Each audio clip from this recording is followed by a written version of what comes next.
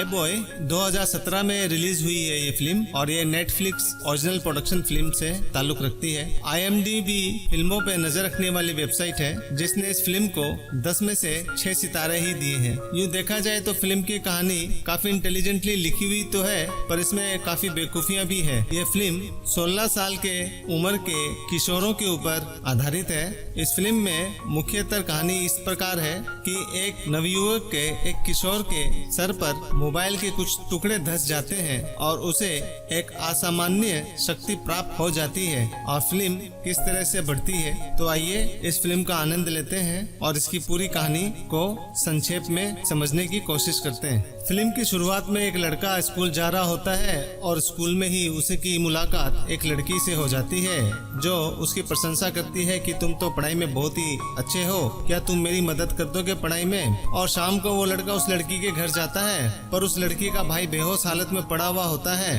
वैसे इस लड़के का नाम टॉम होता है और थोड़ा सा वो परेशान सा हो जाता है ऐसा दृश्य देख के। तो लड़की के कमरे की तरफ बढ़ता है तो वहाँ से एक लड़का मोबाइल में कुछ वीडियो बनाता हुआ बाहर की तरफ निकलता है। इतने में एक दूसरा लड़का भी निकल जाता है उसी रूम से और ये दोनों जन एक डकैत के जैसे व्यवहार कर रहे होते हैं और टॉम को देख के टॉम पर हमला करने की कोशिश करते हैं। पर टॉम वहाँ से एकदम से फुर्ती दिखाते हुए निकल जाता है, भाग जाता है और ये दोनों डकैत उसका पीछा करते रहते हैं। फिर भी ये लोग उसके ऊपर गोली चला देते हैं। पर टॉम तो मोबाइल पर पुलिस से बात कर रहा था और अब एकाएक उसे गोली लग जाती है और वो बेहोश होके जमीन पर गिर जाता है और दोनों डकैत उसको मरा हुआ समझकर छोड़कर चले जाते हैं। अब अगला सीन हॉस्पिटल का है जहाँ टॉम को अभी अभी होश आता है और पाता है कि उसकी ग्रैंडमदर यानी कि दादी जी उसे देखकर रो रही है, उसका ख्याल रख रही है। और इतने में ही डॉक्टर आते हैं और उसको समझाते हैं कि ऐसे तो चिंता की कोई बात नहीं है, घबराने की कोई दिक्कत नहीं है। फिर भी जो गोली लगी थी वो तो उन्होंने निकाल दी है, पर चूंकि वो मोबाइल पर बात कर रहा था जिस वक्त उसको गोली लगी थी तो मोबाइल के कुछ अंश उसके दिमाग के अंदर फंसे हुए रह गए हैं जिनको वो चाहकर भी निकाल नहीं पाए और तमाम उम्र उसको इन टुकड़ों के साथ जीना पड़ेगा। अब टॉम को अस्पताल से डिस्चार्ज कर दिया जाता है और टैक्सी में अपने घर को लौट रहा होता है अपनी ग्रैंडमदर के साथ और टैक्सी के FM रेडियो पर वो देखता है कि उसको वहाँ के कुछ डिजिट्स कुछ अजीब से संकेत दे रहे हैं, पर वो उसको इग्नोर कर ध्यान नहीं देता। घर पहुंचकर वो अब सो जाता है। अगले दिन सुबह उसकी ग्रैंडमदर टॉम को बताती है कि उसकी फ्रेंड जिसका नाम लूसी है उसके साथ रेप हुआ था और तुम्हें एक बार उससे मिलना चाहिए। जब टॉम लूसी के घर पहुंचता है तो उसके भाई से मिलता है और वो आपस में बात करने लगते हैं। वहीं पास ही में रखे वाईफाई रूटर से कुछ सिग्नल्स निकल रहे होते हैं जिनको टॉम साफ साफ पढ़ सकता होता है। फिर कुछ देर बाद वो लूसी से भी मिलता है और अपने घर को लौट आता है। जब वो अपने घर में आता है तो खिड़की के बाहर देखता है तो सारी बिल्डिंग में से जितने भी सिग्नल्स या इलेक्ट्रॉनिक सिग्नल्स बाहर निकल रहे थे उन सबको वो समझ पा रहा था और इनक्राइब डिक्राइब उसका दिमाग उन सबको कर पा रहा था। और उसको अब ये कुछ समझ में नहीं आ रहा होता है कि आखिर में ये उसके साथ हो क्या रहा है। इन सब से वो बेहोश होके गिर जाता है और उसे एक विजन आता है और उसे एक विजन आता है बैड बॉय का। बैड बॉय असल में एक शैतान बच्चा होता है जो सबको परेशान किए रहता है और वो उनके स्कूल में ही पढ़ता है। इस विजन में उसे ये तकरीबन अंदाजा मिलता है कि ये बैड बॉय लूसी के साथ किसी गलत काम में इन्वॉल्व था और ये उसी के आसपास था और ये सारी बातें वो अपने बेस्ट मेल फ्रेंड को बताता है, पर वो उसकी ये सब बातें कोई ध्यान नहीं देता, कोई तवज्जो नहीं देता। इन बातों के पश्चात ये दोनों दोस्त स्कूल बस में बैठ जाते हैं और स्कूल बस के अंदर काफी सारे विद्यार्थी होते हैं जो अपने मोबाइल पर बात कर रहे होते हैं या चैट कर रहे होते हैं और वो सभी को सुन सकता था, इनक्राइब कर सकता था, डिक्राइब कर सकता था। फिर ये जब स्कूल पहुंचते हैं तो वो अपनी क्लास में भी देख पाता है कि सबके मोबाइल को वो पढ़ पा रहा है, उनको समझ पा रहा है। तो वो अपना पूरा ध्यान लगा देता है बैड बॉय के मोबाइल के ऊपर। चूंकि टॉम को पूरा यकीन था कि ये बैड बॉय कहीं ना कहीं किसी तरह लूसी वाले हादसे में इन्वॉल्व है, तो अपनी सारी ताकत उसके मोबाइल को इनक्रिप्ट करने में झोंक देता है और वो पाता है कि अभी अभी बैड बॉय के मोबाइल में एक वीडियो रिसीव हुई है जो तकरीबन उस दिन वाले हादसे से मिलता जुलता है। इस चीज से टॉम के मन में काफी पीड़ा होती है और उसे काफी गुस्सा आता है और वो क्या करता है कि सारी रेज आसपास की जमा करके बैड बॉय के मोबाइल पर केंद्रित कर उसको अटैक करता है और ख़त्म कर देता है। और इस बात से टॉम को बहुत आनंद आता है, खुशी मिलती है कि उसके पास अब कुछ ऐसी पावर्स है जिसकी वजह से वो इस तरह की दिव्य कार्रवाई कर सकता है। अब शाम को वो उसी पार्टी पे जाता है जो उसका बेस्ट मेल फ्रेंड बता रहा होता है। इस पार्टी में वो बैड बॉय भी आया हुआ होता है और उसे 2-3 लड़के और दिखाई देते हैं जिनके जूते हूबहू वैसे ही थे जिस दिन लूसी के घर में उसने देखे थे कुछ आदमियों को पहने हुए। टॉम का ध्यान उस बैड बॉय पे केंद्रित हो जाता है और उस गहरी सोच में पड़ जाता है कि जो भी मैं सोच रहा हूँ वो सही है। पर इसी वक्त उस बैड बॉय को एहसास हो जाता है कि टॉम उसे घूर रहा है और ये बात उस बैड बॉय को बिल्कुल भी पसंद नहीं आती और वो टॉम के पास आके कहता है कि उसे क्या चाहिए। इन दोनों के बीच में लड़ाई होने ही वाली होती है। इसी बीच टॉम का बेस्ट फ्रेंड आ जाता है और लड़ाई होने से बचा लेता है और टॉम अपने घर को लौट जाता है। पर उसे इलेक्ट्रॉनिक सिग्नल्स तो अभी भी दिखाई दे रहे थे, ऐसे सिग्नल्स जो एक आम आदमी तो बिल्कुल ही नहीं देख सकता। टॉम अपनी इस नई दिव्य शक्ति से हैकिंग करना सीख जाता है और बैड बॉय को मैसेज करता है कि अब हमारी नज़र तुम पर है। इसी प्रकार के मैसेजेस वो उसके दोस्तों के मोबाइल पर भी भेजता है और इसके बाद फिर वो अपनी फ्रेंड लूसी के पास जाता है। यहाँ वो लूसी का दिल बहलाने की कोशिश करता है, उसे कहता है कहीं घूमने चलने के लिए, पर लूसी उसे मना कर देती है और कहती है कि अब फिलहाल कुछ दिन के लिए वो तो स्कूल भी नहीं आएगी। इस पर टॉम लूसी को समझाता है कि अगर स्कूल नहीं आएगी तो वो पढ़ेगी कैसे और वो लोग एक साथ एग्ज़ाम पास कैसे करेंगे। और इसी प्रकार ये दोनों अफरा तफरी कर ही रहे होते हैं कि वो बैड बॉय अपने ढेर सारे दोस्तों के साथ इनके सामने आ जाता है और जले पे नमक छिड़कता है। कहता है कि मुझे तो बहुत ही बुरा लग रहा है लूसी तुम्हारे लिए जो तुम्हारे साथ हुआ, लेकिन टॉम जानता था इन सब करतूतों के पीछे इस बैड बॉय का ही हाथ है। टॉम बैड बॉय को कहता है कि यहाँ से चले जाओ, उन दोनों को अकेला छोड़ दो। पर ये सुनकर तो बैड बॉय का गुस्सा भड़क जाता है और वो भी उसे झड़पने लगता है। किसी तरह टॉम लूसी को वहाँ से निकाल कर लूसी के घर लूसी को छोड़ देता है। लौटते वक्त टॉम को फिर वो बैड बॉय और उसका गैंग दिखाई देता है जो एक कार चुरा रहे होते हैं। वो लोग इस कार का दरवाज़ा तोड़कर अंदर घुस तो जाते हैं और अब टॉम अपनी करामात दिखाता है। टॉम अपनी पाई हुई नई दिव्य शक्तियों से गाड़ियों का दरवाज़ा लॉक कर देता है और गाड़ी की हीट इतनी बढ़ा देता है कि गाड़ी के इंजन में आग लग जाती है।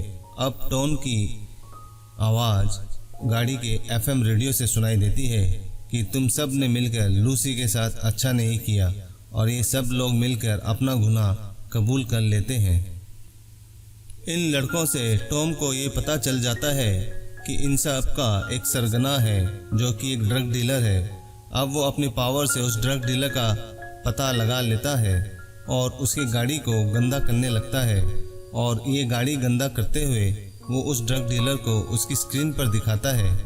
ड्रग डीलर अपने लड़कों के साथ गाड़ी के अंदर चला जाता है पर वहाँ तो गाड़ी के अंदर या गाड़ी के आसपास कोई भी मिलता नहीं है और टॉम इस बात का फ़ायदा उठाते हुए उसके घर के अंदर घुस जाता है और टॉम ड्रग डीलर के घर पर कोहराम मचा देता है, सारी चीज़ों को तहस नहस कर देता है। वहाँ से ड्रग्स भी चुरा के उनकी छोटी छोटी पैकेटें बना के फिर ड्रग डीलर के घर रखाता है और पुलिस को फ़ोन कर देता है कि यहाँ पे ड्रग्स रखी है। पुलिस वहाँ रेड मारती है और वहाँ से सारी ड्रग्स को सीज कर लेती है।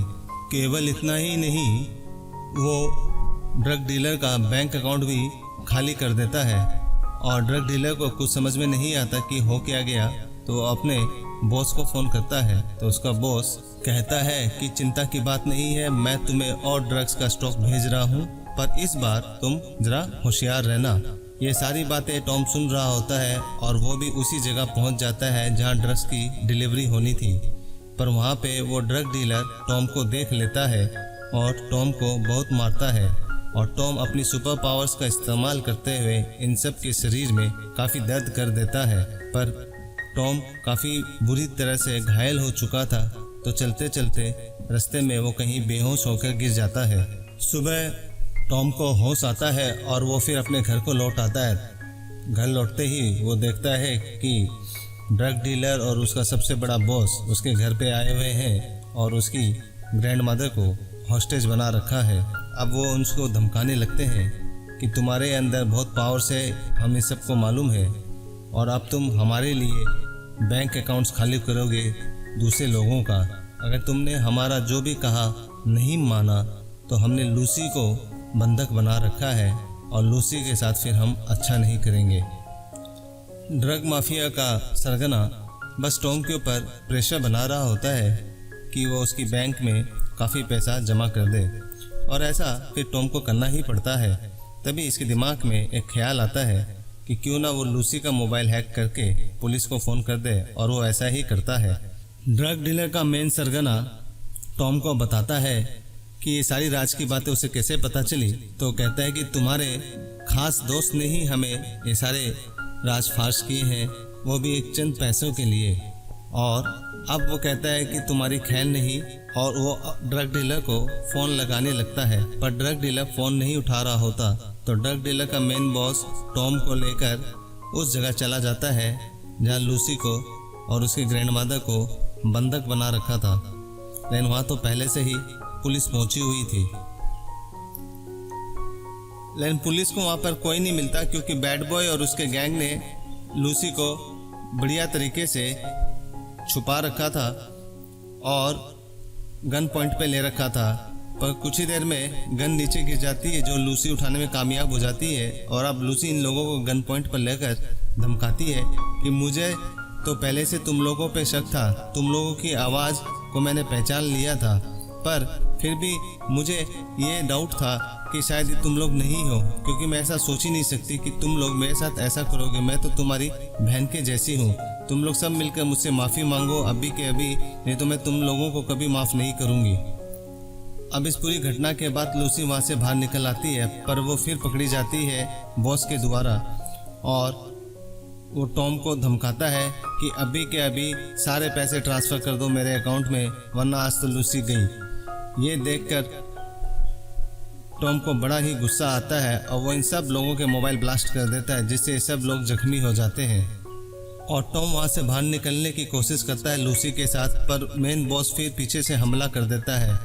अब टॉम ये बर्दाश्त नहीं कर सकता था कि वो फिर से घायल हो, तो सारी एनर्जीज को एकत्रित कर फिर से हमला कर देता है, जिससे वो सब लोग मारे जाते हैं और इवन ये बैड बॉय और उसका गैंग भी, और वो फिर बेहोश हो जाता है। अगले दिन उसकी आंख हॉस्पिटल में खुलती है तो वो अपनी दादी को पाता है और ये सब मिलकर खुश होते हैं। इसी तरह काफ़ी दिन निकल जाते हैं और एक दिन जब वो रास्ते में कहीं जा रहा होता है टॉम, तो उसका बेस्ट फ्रेंड उससे मिलता है और माफ़ी मांगता है कि पैसों के लालच में उससे ये सब हो गया। लेकिन टॉम उसे बता देता है कि टॉम ने उसे पहचान लिया था, उस दिन यही था लूसी के घर जो वीडियो बना रहा था। एक्चुअल में ये लड़का कभी भी टॉम का फ्रेंड था ही नहीं।